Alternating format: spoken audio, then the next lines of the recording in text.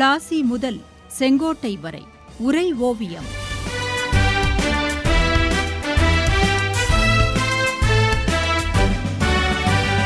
சும்மாவா வந்தது சுதந்திரம் என்பது, சும்மாவா வந்தது. காந்திஜி பெயர் கொண்ட ஒத்துழையாமை இயக்கம் எதிர்பார்த்த அளவிற்கு வெற்றி பெற்றதா தாயே?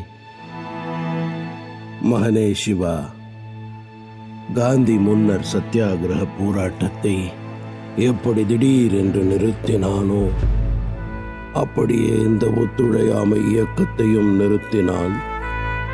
அஹிம்சை வழியில் போராட நினைத்தவனுக்கு மக்கள் மேற்கொண்ட வன்முறைகளால் ஆங்கிலேயர்கள் பதிலுக்கு கடுமையான அடக்குமுறைகளை ஏவிவிட்டு மேலும் மேலும் துன்பம் கொடுக்கிறார்களே என்ற கவலை அவனுக்கு. இந்து முஸ்லிம் ஒற்றுமையை உறுதி செய்து கொண்டு அதன் பின்னர் ஆங்கில ஆட்சியோடு மோத வேண்டும் என்ற எண்ணத்தில் கிலாஃபத் இயக்கத்தை தீவிரமாக ஆதரித்தான் காந்தி. அதனால் முஸ்லிம்கள் காந்தி தொடங்கிய ரௌலட் சட்டத்திற்கு ஆதரவு அளித்தார்கள்.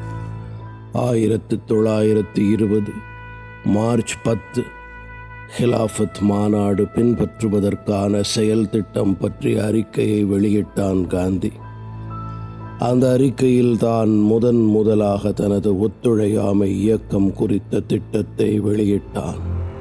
காந்தியின் அறிக்கை அடிப்படையில் தான் கிலாஃபத் மாநாடு நியமித்த குழு ஒத்துழையாமை திட்டத்தை பற்றிய தனது அறிக்கையை சமர்ப்பித்தது.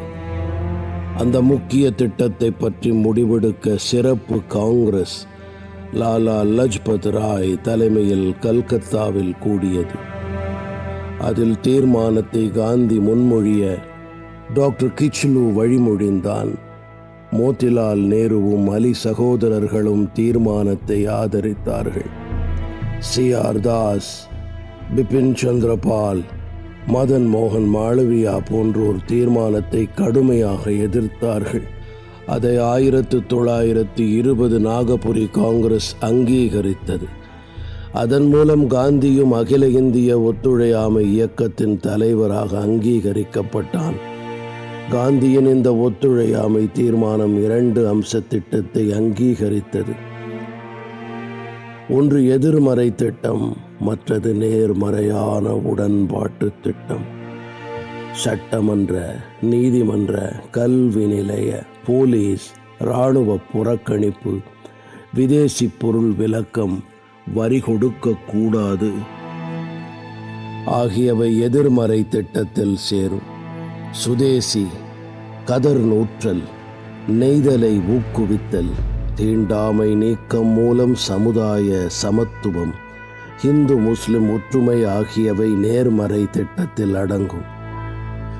ஒருபுறம் அரசியல் நடவடிக்கைகள் மூலம் இரட்டை ஆட்சி முறை அறிமுகப்படுத்தப்பட்ட நேரத்தில் இந்திய சட்டமன்றங்கள் அரசியல் தூய்மையை கெடுக்கும் களங்கப்பட்ட அமைப்புகள் என்று கருதினான் காந்தி. எனவே தான் சட்டமன்றங்களை புறக்கணிக்க வேண்டும் என்று கேட்டுக்கொண்டான். அதனால் சட்டமன்ற தேர்தலில் வேட்பாளர்கள் போட்டியிட வேண்டாம், போட்டியிடும் வேட்பாளர்களுக்கு யாரும் வாக்களிக்க வேண்டாம் என்றெல்லாம் பிரச்சாரம் மேற்கொள்ளப்பட்டது.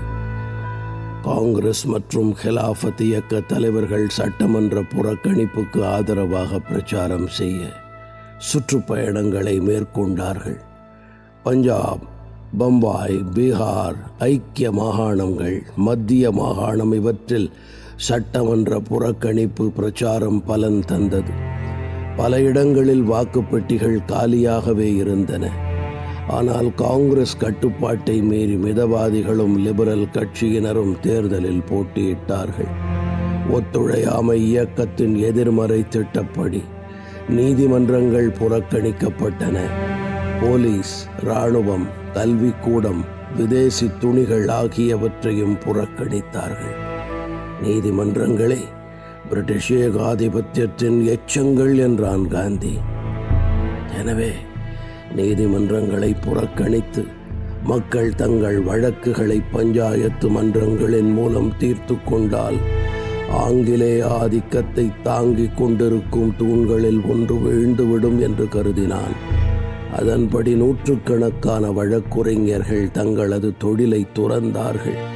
புகழ்பெற்ற வழக்குரைஞர்களாக திகழ்ந்த லாலா லஜ்பத் ராய், சி ராஜகோபாலாச்சாரியார், டி பிரகாசம் போன்றோர் வக்கீல் தொழிலை விடுத்தார்கள்.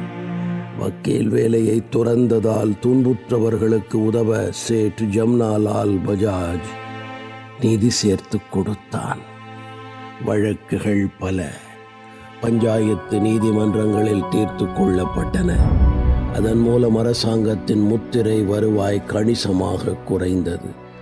அதுபோல அரசாங்க கல்வி கூடங்களில் கல்வி கற்பது பாவம் என்று கூறினான் காந்தி. ஆங்கில கல்வி நஞ்சு கலந்த பால் என்று வர்ணித்தான்.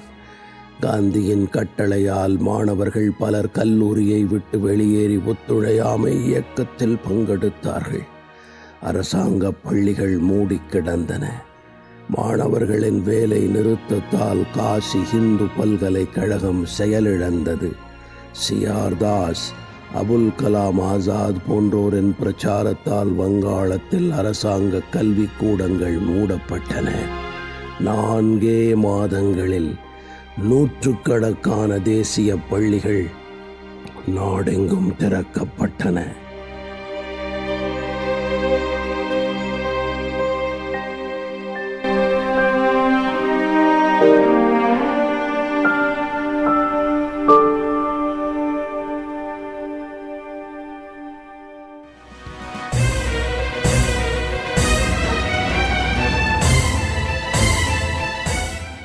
பிளாசி முதல் செங்கோட்டை வரை உரை ஓவியம் கேட்டீர்கள்.